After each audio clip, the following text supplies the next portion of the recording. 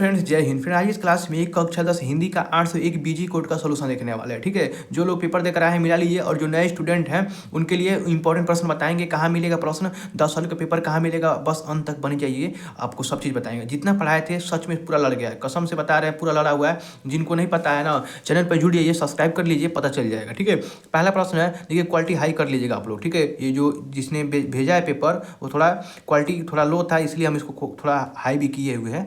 शुक्लयुग के निबंधकार कौन है? तो याद रखें, वियोगी हरि शुक्लयुग के निबंधकार है। और आने वाले एग्जाम वाले जो स्टूडेंट हैं वो मोहन राकेश और हजारी प्रसाद द्विवेदी की रचना याद करके जाइएगा। ठीक है, अगला है निर्मला, उपन्यास का रचनाकार कौन है? तो मुंशी प्रेमचंद्र। याद रखिएगा, देखिए गबन और गोदान के भी लेखक मुंशी प्रेमचंद्र, हमने बताया भी था। अपनी खबर ये कौन सी विधा है? याद रखिएगा, कौन है? आत्मकथा विधा है। और इसके लेखक अपनी खबर पांडे बेचन शर्मा उग्र की ये आत्मकथा है। अगला है, ये रामधारी सिंह दिनकर की रचना नहीं है। देखिए अजातशत्रु रामधारी सिंह दिनकर की नहीं है, ये किसका है? जयशंकर साहब जी का है। ठीक है, बाकी इसका right answer option number C हो जाएगा। ठीक है, गुनाहों का देवता, हम 50 बार चिल्ला बता रहे थे कि गुनाहों का देवता रट के जाइएगा, कौन है? धर्मवीर भारती। ठीक है, चलिए अगला प्रश्न है, कर कि निम्नलिखित कवियों में से राष्ट्र कवि का सम्मान किसे दिया गया है?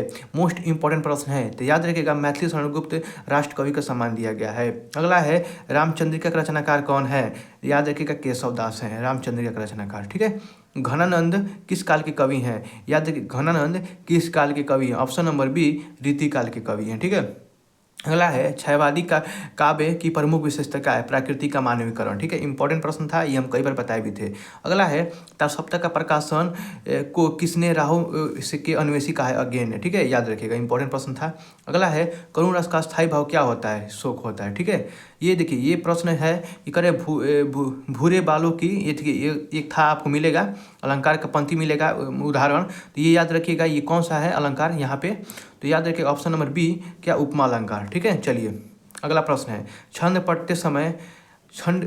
पढ़ते समय आने वाले विराम को क्या कहते हैं? याद रखिएगा यति कहते हैं। ठीक है, चलिए अगला है, अभ्यास शब्द में उपसर्ग मतलब क्या होगा? अभ्यास शब्द में उपसर्ग कौन सा है? तो याद रखिएगा अभी। ठीक है, अभ्यास में अभी उपसर्ग हो जाएगा। ठीक है, पंचतंत्र में कौन समास है? यहाँ पे बहुत सारे अविभाव मारे हैं, बट ये यहाँ पे क्वेश्चन गलती है, ये होगा बहुब्रीहि समास। याद रखिएगा बहुब्रीहि समास होगा। ठीक है, क्वेश्चन गलती था यहाँ पे। अगला है, दिनकर दिवाकर भास्कर, ये सूर्य के परवाची है। ठीक है, याद रखिएगा। अगला है, युयाम शब्द में कौन सी विभक्ति है? देखिए आपको यूट्यूब पर सर्च करेंगे विभक्ति पहचानने का trick by Parneet classes search कीजिएगा। परनीत बाद में लिखिएगा बाई परनीत क्लासेस, एक वीडियो आ जाएगा 2 मिनट का है, उसमें पूरा बताया गया ट्रिक से। तो इसमें कौन सा विभक्ति है? युयाम, ये द्वितीय विभक्ति बहुवचन है। ठीक है, चलिए अगला प्रश्न देखते हैं, मोहन द्वारा चित्र बनाया गया, इसमें कौन सा वाच्य है? देखिए मोहन द्वारा चित्र बनाया गया, इसमें कौन सा वाच्य है? इसमें याद रखिए कर्मवाच्य है। ठीक है, ये भी वीडियो बनाए हुए हैं, देख लीजिएगा। ठीक है, चलिए सूरज निकलता है और चारों ओर प्रकाश फैलाता है, ये बहुत सारे मेरे भाई बहन मिश्रित मार्क आए, बाकी ये गलत है, ये संयुक्त वाक्य होगा। कौन सा होगा यहाँ पे? संयुक्त वाक्य कैसे होगा? क्योंकि एक कार्य दूसरे कार्य पर डिपेंड होता है। ठीक है, वो बताए हुए हैं, आप जो सब्सक्राइब करेंगे चैनल को ना, तो वहाँ पे प्लेलिस्ट बना हुआ देख लीजिए। कौन सा शब्द सर्वनाम है? देखिए तुम जिस संज्ञा का स्थान पर आता है उसको क्या बोलते हैं?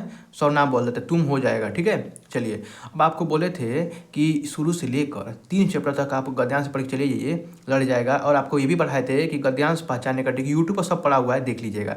इसको सब लोग सॉल्व कर लिए होंगे, मुझे पता है। ठीक है, चलिए अब यहाँ पे देखिए, ये भी आप अथवा करके दो जगह, एक दो में से कोई एक करना होता। ये भी पद्यांश शुरू से 3 चैप्टर बताए थे, रट के चले जाइएगा, अब मिल जाएगा। पिछले 2-3 बार सदी बार पूछा गया है। ठीक है, चलिए यहाँ पर ये भी वही सब सेम है पद्यांश वाला।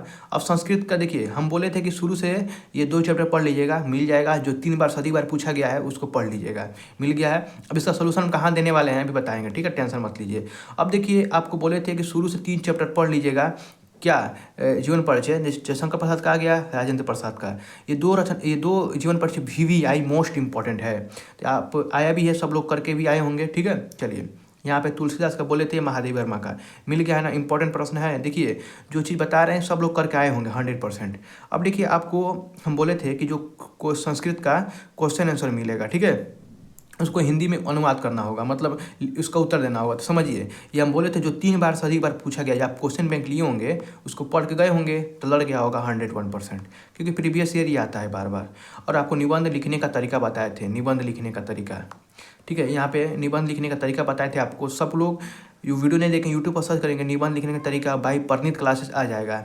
हम आपको बोले थे कि यहाँ पे जलवायु परिवर्तन, राष्ट्र प्रेम, ये सब चीज़ आप बना के लिख सकते हैं। ये रटने वाला चीज़ नहीं होता है, सब लोग लिख कर आए होंगे, 7 अंक फ्री मिल गया होगा। ठीक है, चलिए अब यहाँ पे आपको यहाँ पर श्लोक का अनुवाद करना था। ये तो जो हम बोले थे 4 बार से अधिक बार पूछा गया, उसको पढ़ लीजिएगा, लड़ गया है तो इसका सोल्यूशन अभी देंगे, टेंशन ना लीजिए। ठीक है, अब आपको खंडे तो सब कोई लिख कर आए होंगे। यहाँ पे अभी ये नहीं दिया निबंध, निबंध आया था ना बैंक से ऋण लेने के लिए। ठीक है, आप लोग निबंध और छुट्टी के लिए आया था, दोनों में से एक लिखना था। तो यूट्यूब पर सर्च करेंगे ना कि निबंध लिखने का सॉरी प्रार्थना पत्र लिखने का तरीका, प्रार्थना पत्र, तो वीडियो आ जाएगा, देख लीजिएगा। ठीक है, तो जो भी दिक्कत है आप 9839744714 पे आप लोग मैसेज करिएगा। ठीक है, मात्र 49 रुपये में पिछले 10 सालों का पेपर मिल रहा है। देखिए आप क्वेश्चन बैंक लेंगे 300 से 400 रुपये पड़ जाएगा, और उसमें 2 से मतलब 5 साल का दिया रहता है क्वेश्चन। हम आपको पिछले 10 सालों का क्वेश्चन दे रहे हैं। ठीक है, मतलब पेपर भी दे रहे हैं और क्वेश्चन भी दे रहे हैं। तो आप मात्र 49 रुपये में इस नंबर पर मैसेज करके आप पेपर ले लीजिए। ठीक है, बहुत इंपॉर्टेंट है, ले लीजिए, पक्का काम करेगा एग्जाम में।